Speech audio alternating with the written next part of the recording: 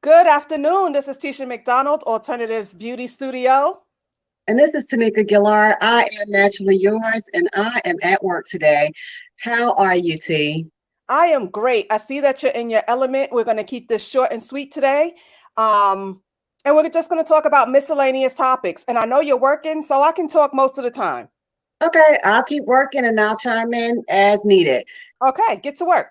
So, so guys, as you know, we always come to you with something that has happened this week or last week, and we always tell you we always have stories. So today is our first day back. No, we were here last week, but let's get right to it. So I have two stories for you. I have two stories for you, guys, today.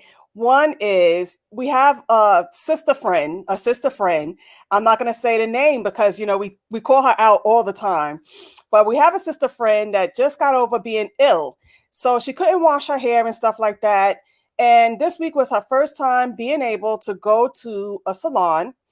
And we know with COVID and everything, but just in general, guys, just in general, we have things that we need to follow. We have guidelines that we have to follow as stylists, sanitation protocol that's been in effect since before COVID. Since, these are the first things that you learn when you're in beauty school.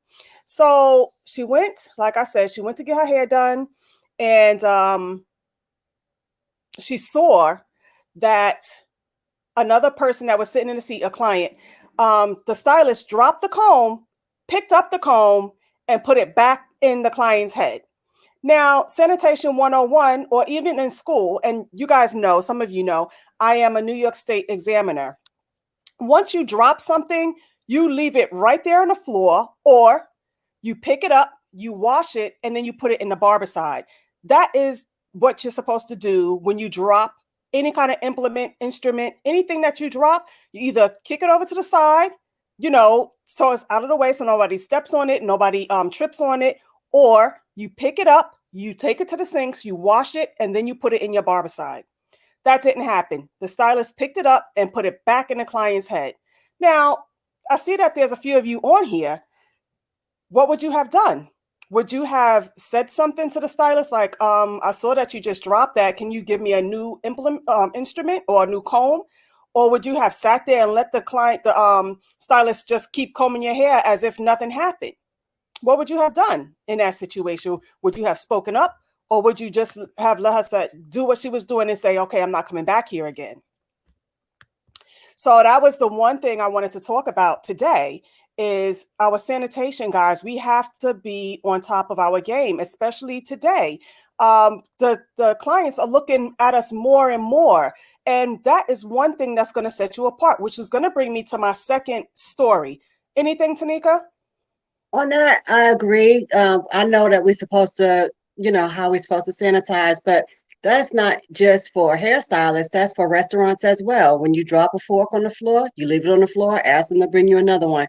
Just as simple as pie, get another comb. You should have more than enough supplies to get you through. Yes. So I wanted to bring up that story because, as I said, a lot of times we get stories, we get comments, we get questions. That's right. Definitely looking for a new comb. Yes, definitely. Yes. Looking for a new comb. Thank you, guys. That's what I'm saying. Don't just sit there complacent. And Tanika knows. Good afternoon, Michelle. Tanika knows me as a nail examiner. When I first got out of school, and Tanika could tell you some horror stories about me. Let's take it there, guys. Let's take it there because let's just take it there because I have another story for you guys as well.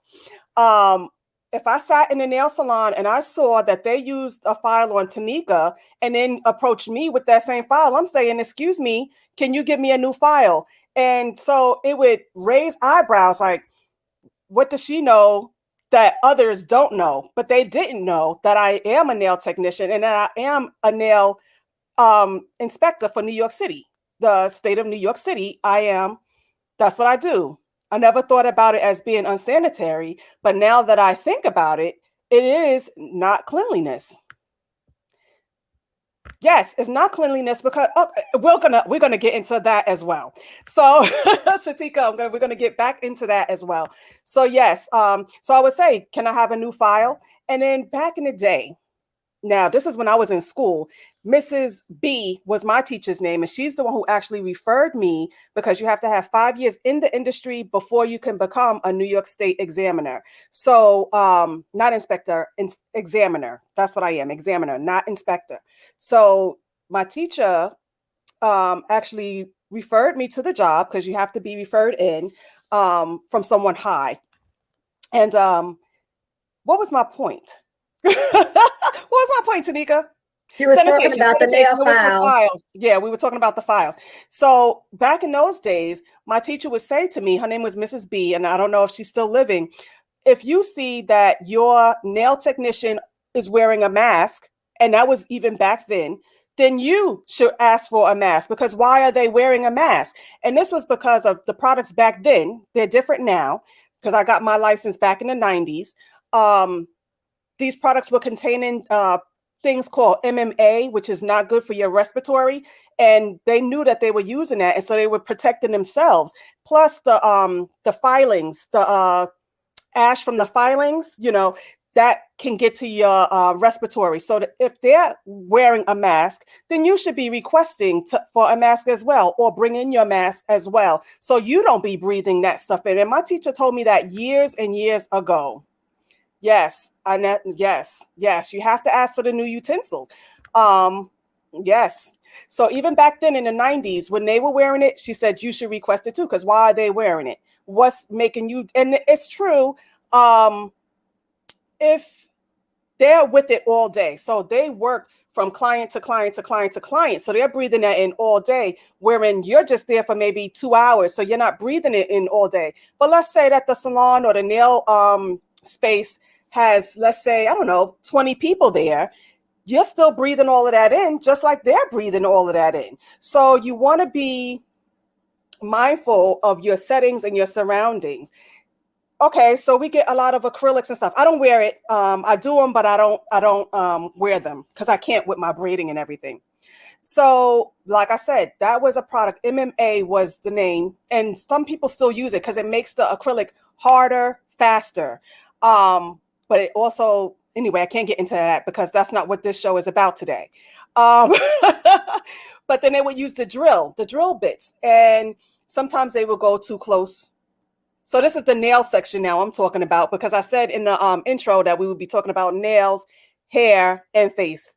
But those drill bits, they go from person to person. And then when you have an infection or something and you don't know where it came from, did they change that nail bit? Did they sanitize that nail bit before they put it on you? Did you see them clean before they came to you? I mean, what was the protocol? Did they tell you to wash your hands before you sat down? Are you using the same nail brushes when you go to wash your hands and they want you to take that stuff off so they can polish? Are you using those same nail brushes that they have for everybody back there? Okay, Tanika, talk to me. So now, because you're more into the nail thing, now I understand they use a lot of liners now instead of just putting your feet straight in the bowl, or they're using clear bowls, like, for sanitation. So I think that they've changed things over the years to try to make things a little bit more sanitary. I know they still use file from person to person. I know they still use drill bit from person to person. I don't get pedicures, nor do I get my nails done for real, for real. I might go every now and again, but it's very rare. So yeah, and then also with the cuticle cutters, T, I know they're supposed to sterilize things with the wax pot. That's a hard one too, because everybody gets their eyebrows waxed, huh? That's an easy But one. Go ahead. that's an easy one. Mhm. But I'm just thinking, in general with the eye waxing. So this is more your area right here, the nails and stuff like that. But I do think that they've been trying to change it out. But Back to work for you. So Tanika is on location, and I'm going to address some of the things that she said.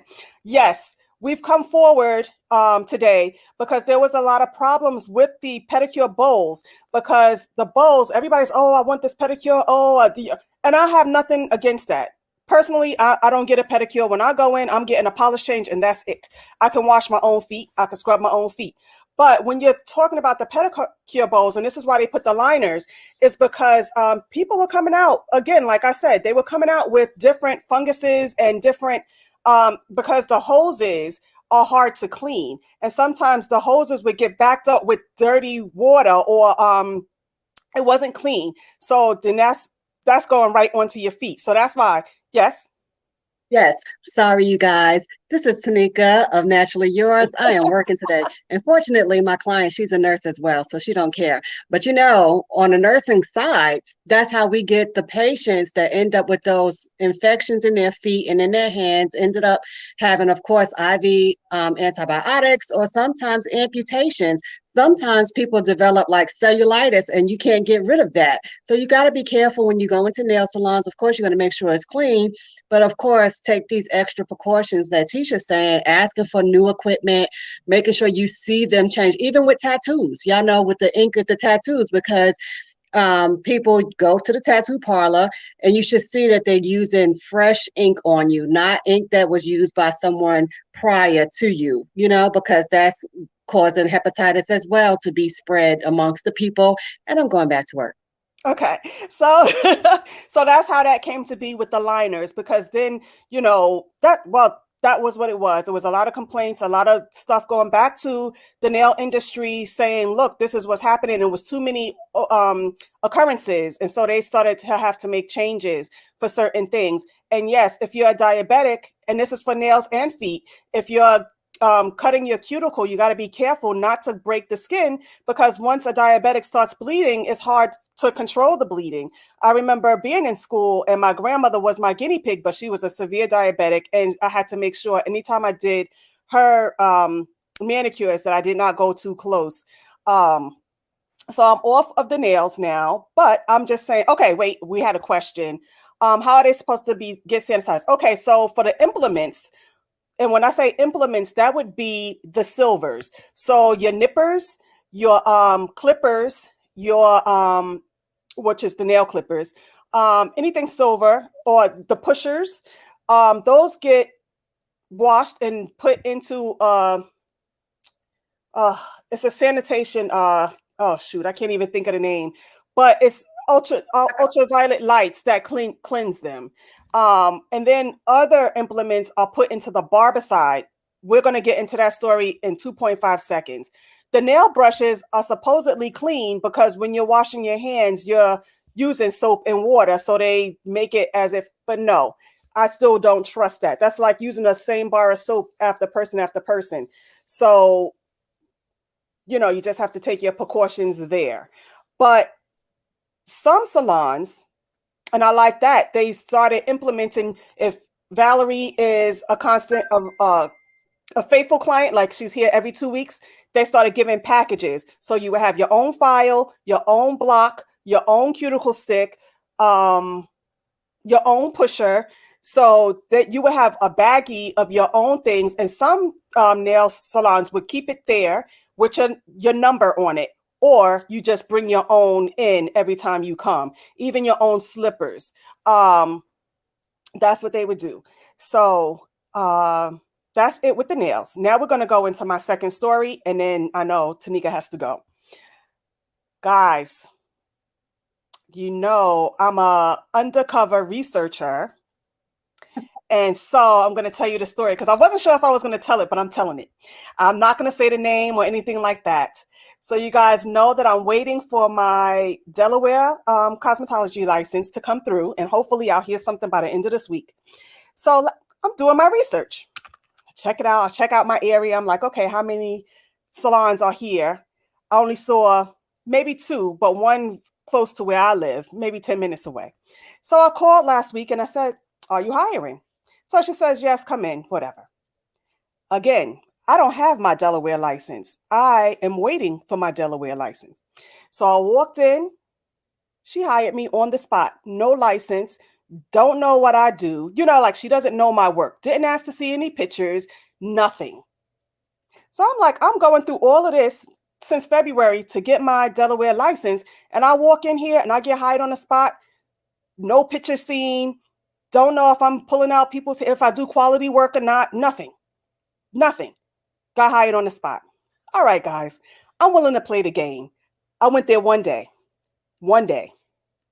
So I go into work and I had 3 clients that day. I walk in, the sink. I had to text my sister. I text her immediately. The sink was disgusting. Disgusting. And I'm like, this is why these salons get such bad reputations. One, you hired me without a license. Then the sink was disgusting. So I'm going in, I'm cleaning it out, and I'm sure they're looking at me like, who does she think she is? You know, right? And it's a larger salon. It's like it's 12 seats. 11 was filled, and I made the number 12. So I go to my station. Okay. Now we just talked about sanitation and barbicide. So us as cosmetologists, we use the large jar of barbicide. We use the large, if I had it here, but I'm home, I'm not at the salon, but I think I have some jars here in the back room actually, so that our combs can be submerged. Yes, yes, we use the large ones. That's the size that we use. So our combs can be submerged in there so they can be cleaned. You know why? Because Tanika might be using gel on her hands right now. Tanika might be using a grease to grease her client's scalp. And so what is she doing? She's going to use her comb so the end of the comb has all of this stuff on it, right? So that's the whole point in submerging your implements, your combs, your brushes, your whatever, your clips, you know, because you see that clip in her client's hair is a white clip there. That goes into the barbicide once she's finished. She washes it, she puts it in the barbicide. If she drops that, she's to kick it to the side or wash it immediately and put it in that barbicide. So anyway, back to my story. I go in, they don't have the full size. They have the half, which is usually what barbers use or nail technicians use, because the nail technicians' implements are smaller. They're not as big. So I go in and there's a bunch of combs, just a bunch of combs. Let's say 10, 11 combs in this jar with very little barbicide. And the barbicide that's in there is filthy, filthy. And this is why we wrote the book on how to choose a salon. You got to know how to choose your salon. So I said, I cannot use this. Excuse me, can I? And I'm doing my research, guys. I'm doing my research. I said, can you show me where the barbicide is? I need to change this. So she had the barbicide. I changed it. Now everybody in the salon is looking at me again like, you know, first of all, I'm cleaning out the sink. Second of all, now I'm changing the barbicide. But when I open the drawers, there's hair and some of everything in those drawers. There was nowhere for me now to put the clean combs. So what do I have to do? Now I have to put the combs back into the barbicide that I just changed. So now we know that those things are sanitized, but not really, because the ends of the combs are still sticking out. So, but it's only clean because I took it to the sink, but they're still not sanitized. So and state law, guys, state law. You have to have your clean implement stations and your dirty implement stations. So there should have been a container where I'm supposed to put these clean combs separate from clean brushes. That's the law. And that's the law, I'm sure, across the board. Because I'm in New York, that was the law. PA, that was the law. And I'm almost sure that would be the same law here in Delaware. That's the same law in Alabama. Okay, so what was I going to do? I wasn't going to now be a real pain in the butt. So I just put the combs back in there. Any comments, guys? Any comments? But I'm just letting you know I'm doing my research. So what is going to set me apart out here from the others? 1 is my sanitation. 2 is my presentation. 3 is just having the skill. So, guys, us as beauty professionals, we need to do better. And you guys, as the consumers, as the clients, I'm letting you know what you should look out for, some of the things that you should look out for. So, fortunately, this was a salon where it wasn't a lot of stylists on one. It wasn't a salon where there was talking on the cell phones.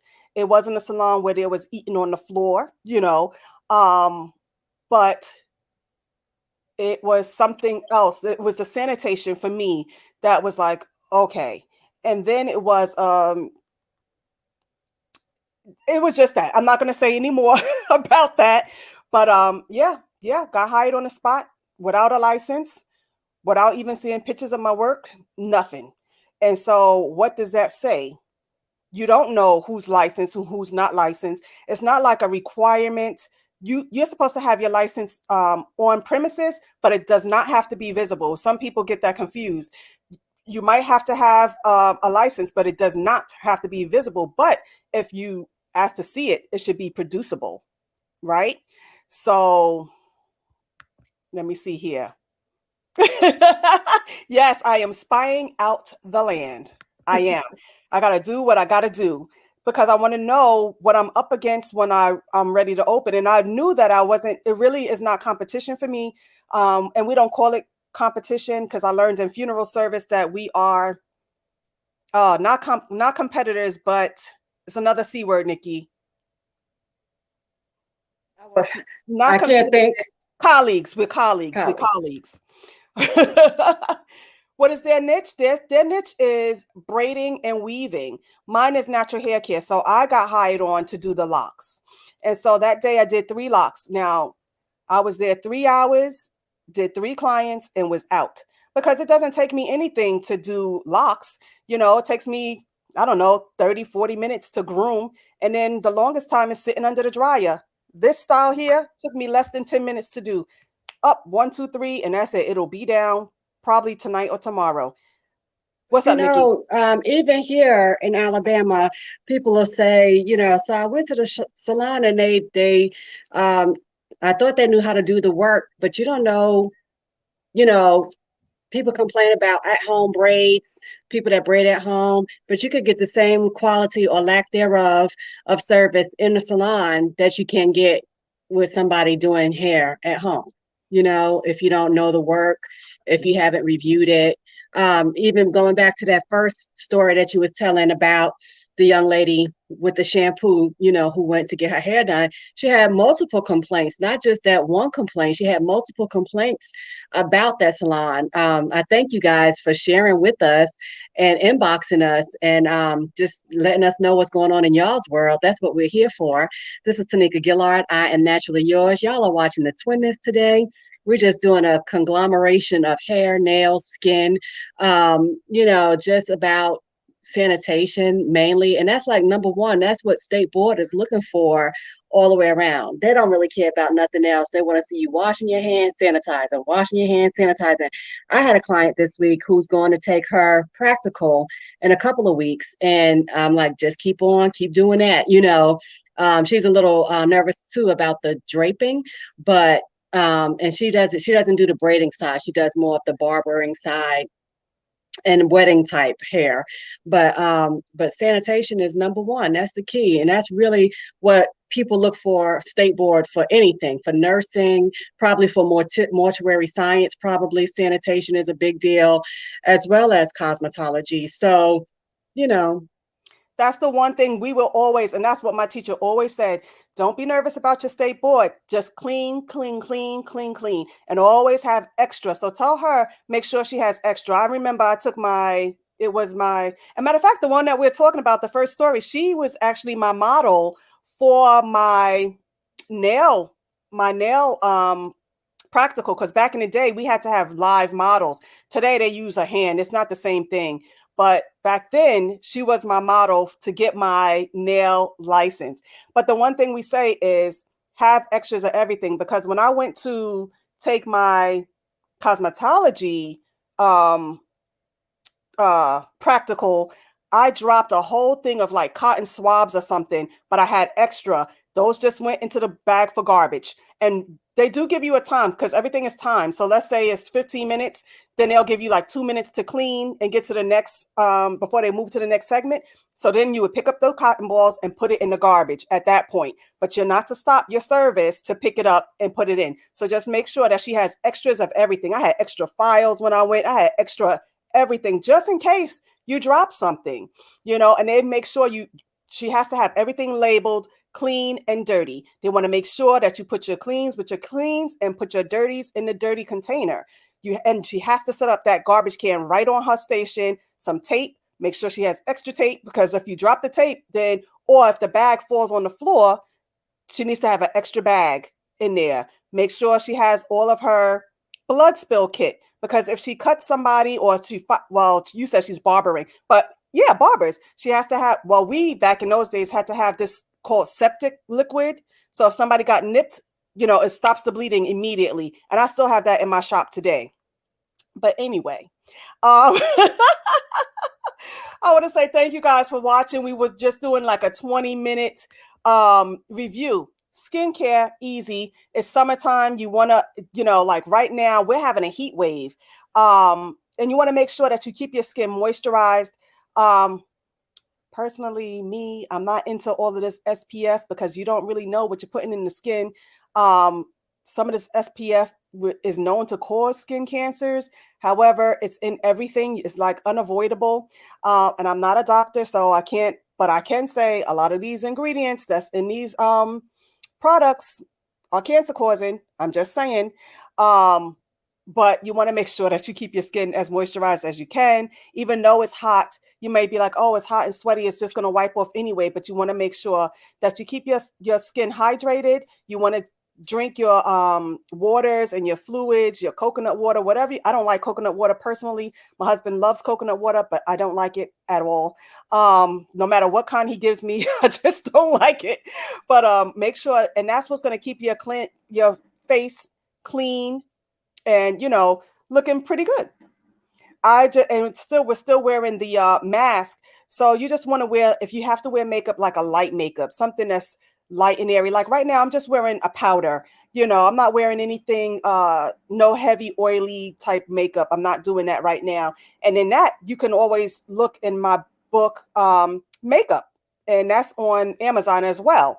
So right now, we started out with how to choose a salon. These are things of how to choose a salon. Now I'm telling you your skincare routine, keep up for it for the summer. Don't get lazy for the summer, because this sun is coming down on you. You want to keep your skin protected. You want to stay hydrated. In the winter, I'm going to say to, put something on your face, because, then it's harsh, it's cold out, depending on where you live.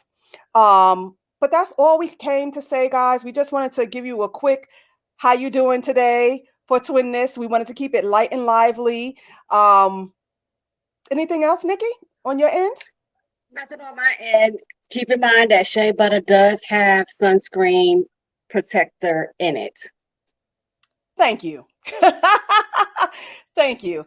All right, guys, we're going to get out of here. I hope that this information was helpful to you, and I see that it has been for a lot of you, and I'm glad that we can help. If you guys ever have any questions, I think Wednesday when we came to you, we were answering questions that we were inboxed as well. So every time we come to you, if we have stories or if we have questions before we get into our story of the day or our topic of the day, we will answer those questions. So we want to say thank you for joining us today, and we will see you Wednesday. We had a couple of topics that we wanted to talk about, but I think I want a guest for sibling rivalry. I think I want to invite others to that one, because it's easy for us to talk about sibling rivalry, but I would like to hear stories from someone else about their family, maybe that has a large family, sibling rivalry. I had a client yesterday, and this is something different, but she said it's 17 of them. She's from,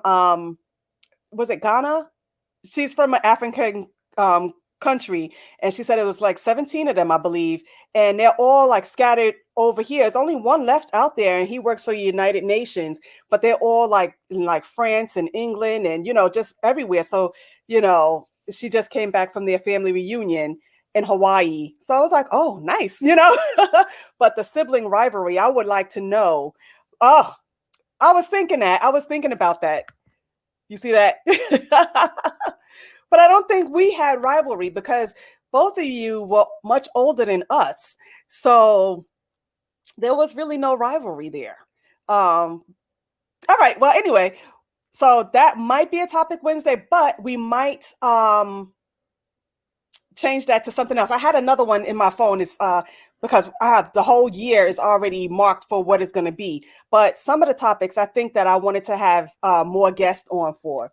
All right, guys, we will see you on Wednesday at 7 p.m. Eastern Standard Time, 6 p.m. Central Standard Time. I had a good time with you guys today. I liked answering your questions, seeing your responses, and we will see you Wednesday evening.